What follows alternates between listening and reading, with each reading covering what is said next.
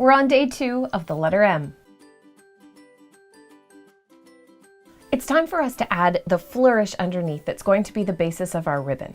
Now, we've talked about flourishing when we talked about B and F and G, so we've covered it a few times.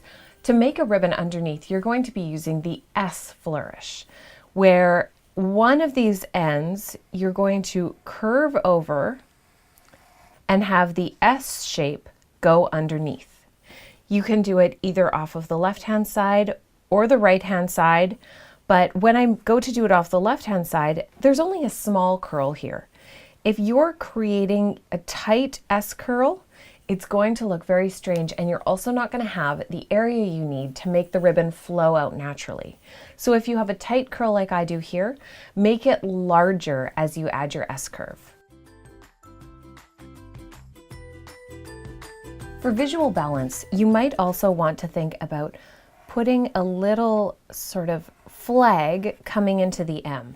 Then you end up with a nice curve on the top here and a mimicking curve down on the bottom where our ribbon is going to go.